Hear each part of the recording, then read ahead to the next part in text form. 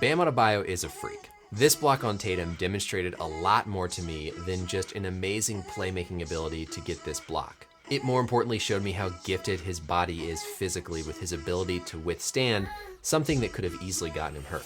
Welcome back everybody, I'm Dr. Brian Sutterer, and in this video, I'm gonna give you a unique look at this block by Bam Adebayo to show you specifically why I was more so amazed that he was able to protect his shoulder and not get hurt. As always, if you enjoy learning about this unique side of sports, then please consider subscribing to my channel, and also go check out my Twitter page for more real-time breakdowns and analysis of these topics. The position that Bam's left arm is in whenever he goes to make this block on Tatum is a position that puts an athlete at a very high risk of having a shoulder dislocation, subluxation, which can lead to more serious injuries like fractures and rotator cuff tears. From the most basic physics perspective here, think of a lever. In this picture, Adebayo's left arm is essentially a long lever. And of course, the longer your lever arm is, the more torque you get at the end of the lever based on a force that's applied out at the end. All this force that Tatum's applying whenever he comes down for this dunk makes contact with Adebayo's hand and has to be absorbed by his arm, but essentially gets transferred to a moment or a torque all the way back at his shoulder joint, which is what makes this position and this mechanism so worrisome for a possible shoulder dislocation. There's three main position features of the arm whenever it's predisposed to a dislocation. The first is when the arm is abducted or raised out to the side. As we can see here with Bam, that's basically when his arm is up out to the side like this. The second important position is when the arm is extended. Flexion of the arm is when it's out in front of you, but extension is when it's back behind. So in this view now with Bam's block, when he goes up, keep an eye on that left arm. Initially here, it's in front of his body a little bit, but then as Tatum comes down with the dunk, that force on his hand brings Adebayo's arm back behind his body, putting it into extension. So now we're abducted because we're up out to the side, we're extended because it's being pulled back, and then the third is a little bit of external rotation, sort of meaning that the thumb and the palm are pointed up. It's a little subtle here on Adebayo, but it does look like he's in a little bit of external rotation, primarily just because of the amount of torque and the force direction at which Tatum is dunking this ball and he's able to deflect it. This photo demonstrates that extension, abduction, and external rotation, again, really well here. The arm is abducted away from the body, it's extended, meaning it's a little bit behind him, and then a little bit externally rotated. So how was Bam able to survive his shoulder not getting hurt in this instance? The first is he was lucky with where the ball made contact with his hand. If we look at this photo here, you can tell how his wrist is extended. So wrist flexion is going to be when you bring the wrist down, and wrist extension is when you bring it up. So with Adebayo's hand up like this, it's in a little bit of extension. What that allows is whenever he makes contact with the ball, that extension of his wrist is able to absorb a little bit of that initial contact here. So if that ball had made contact with his wrist, he's not going to be able to flex and extend and dissipate some of that energy. That would have been more likely for him to dislocate or injure his shoulder. But instead, now whether this was intentional or not, he makes the block more with the palm of his hand and allows that wrist to kind of extend back passively and absorb a little bit of that load. That makes it to where there's less load that it's imparted all the way up through the shoulder, less of a torque, less potential injury on the shoulder joint. The other thing that helped Adebayo out here is the direction he was going towards the play. He was going upwards a little bit as opposed to that force being directed purely back behind him. And so as he's kind of jumping up into the play, the fact that he's kind of coming up into the side a little bit also allows a little bit less of that force to be imparted through the arm. But look at this position.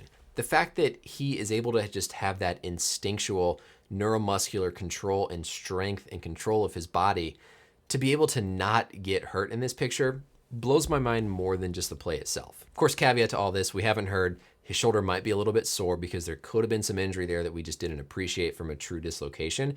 But nonetheless, he definitely didn't dislocate his shoulder completely here. The final thing here on the video that I think helped Adebayo out is you can see how his arm kind of acts like a coil. It's able to sort of absorb some of that energy transiently as Tatum comes down with the block. His arm's not stiff, it's not rigid. It's got a little bit of give to it, and that little bit of give is able to dissipate some of that force and some of that energy, as opposed to if his arm were just completely locked strong where now everything is going through his shoulder joint. All right, now this is where the money is. This is our anatomy here, and we've got it highlighted for his left shoulder.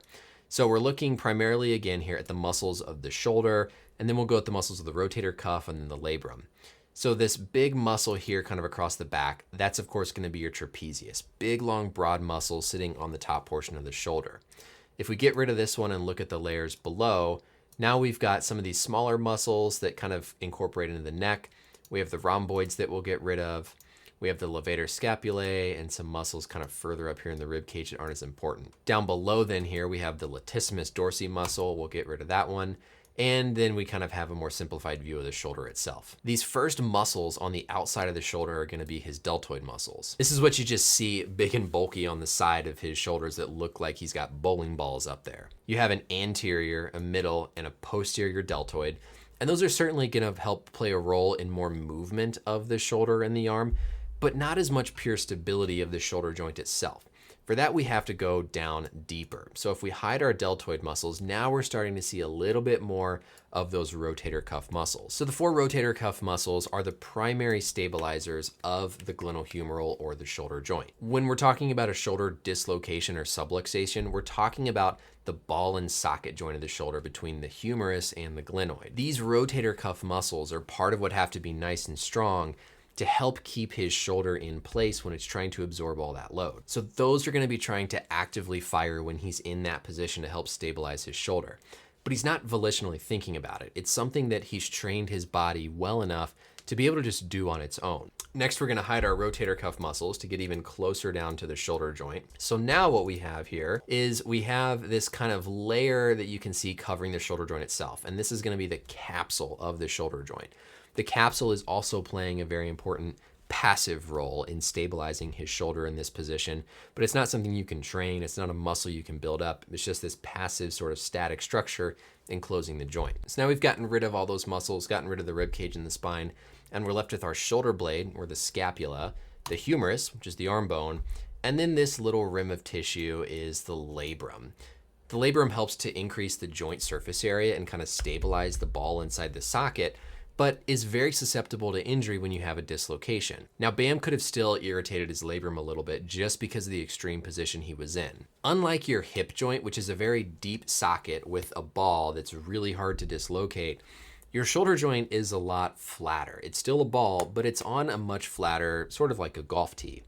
This means it's easier for that ball to sort of shear back and forth and pop out of that shoulder joint. What happens when the humerus is in a position where it's all the way back behind your body and you've got all that lever and torque being applied on the ball, it can basically shear out of that socket, and when it shears out of that socket, it can slide off a piece of that labrum. So you've got this long lever arm, and as it's just kind of pushing forward to dislocate, that's how you can get a labrum injury and even a bony injury as well. So hopefully you found that just as fascinating as I did when I was watching this play.